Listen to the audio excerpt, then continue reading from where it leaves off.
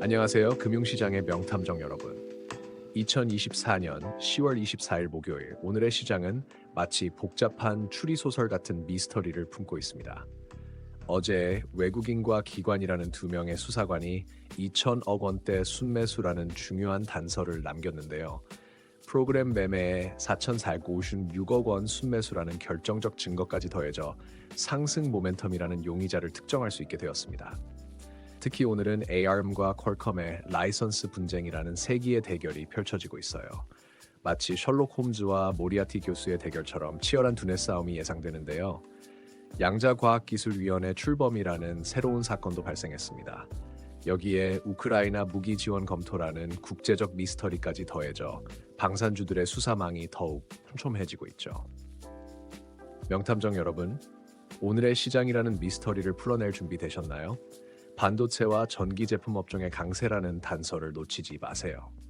자, 이제 우리의 본격적인 수사를 시작해 보겠습니다. 반도체 업계에 큰 파장을 일으킬 법적 분쟁이 시작되었습니다. ARM이 퀄컴에게 60일 후 라이선스 계약을 해지하겠다고 통보한 것인데요. 이는 퀄컴의 연간 390억 달러 매출에 직접적인 영향을 미칠 수 있는 중대한 사안입니다. 분쟁의 핵심은 퀄컴이 인수한 누비아에 대한 라이선스 적용 범위로 이 소식에 퀄컴 주가는 4% 하락했습니다. 이러한 상황에서 가온칩스가 새로운 기회를 맞이하고 있습니다. 가온칩스는 최근 삼성전자 2나노 공정 기반 AI CPU 칩렛 플랫폼 개발에 참여하며 기술력을 입증했고 디벡스와 72억 원 규모의 AI 반도체 설계 계약을 체결했습니다. 2021년 322억 원이었던 매출액이 2023년 636억 원으로 97% 성장했고 2024년에는 982억 원으로 추가 성장이 전망됩니다. 에이징랜드도 주목할 만한 기업입니다. ARM의 공식 디자인 파트너인 에이징랜드는 이번 분쟁으로 새로운 시장 기회를 얻을 수 있습니다. 특히 AI, 클라우드, 고성능 컴퓨팅 분야의 SoC 솔루션을 제공하는 강점이 있으며 TSMC의 유일한 국내 협력사라는 점도 눈여겨볼 만합니다.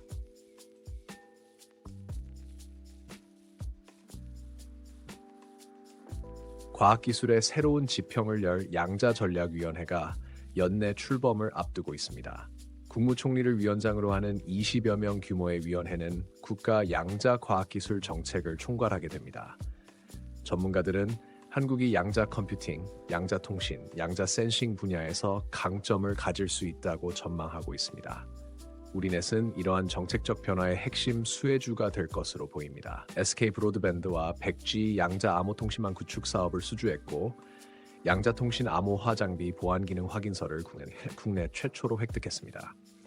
2023년 매출액은 1,191억 원으로 91.2% 증가했고 영업이익도 85억 원으로 흑자 전환에 성공했습니다.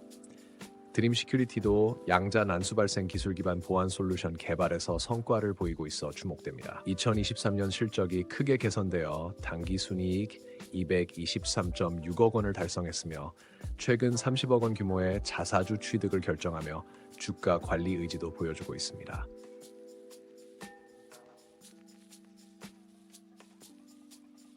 국방산업 분야에 새로운 모멘텀이 등장했습니다. 북한의 우크라이나 러시아 전쟁 파병에 대응한 정부의 우크라이나 무기 지원 검토가 그것입니다. 이는 국내 방산업체들에게 새로운 기회가 될 것으로 보입니다. 한화 에어로스페이스는 이러한 변화의 중심에 있습니다. 특히 K-가입 자주포와 관련하여 폴란드향 5조 원대 2차 계약이 추진되고 있어 주목됩니다. 2024년 3분기에는 매출액 2조 8천억 원, 영업이익 3,180억 원으로 전년 대비 각각 31%, 84% 성장이 전망됩니다. 현대로템도 방산업계의 핵심 플레이어로 부상하고 있습니다. K2 전차 180대의 폴란드 2차 수출 계약이 연내 체결될 것으로 예상되며 루마니아 전차 사업 수주 가능성도 있어 디펜스 부문 수주 잔고가 현재 2배 이상으로 증가할 전망입니다. 휴니드의 성장세도 눈에 띕니다. 최근 보잉과 F-15EX 항공전자 장비 209억 원 규모의 공급 계약을 체결했고 카메룬 국방통신망 현대화 사업 우선 협상 대상자로 선정되는 등 해외 사업이 확대되고 있습니다.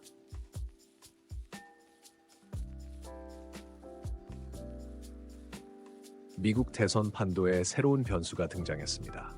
도널드 트럼프 전 대통령이 미국산 자동차 구매 시 대출 이자를 전액 세금 공제하겠다는 공약을 발표한 것입니다.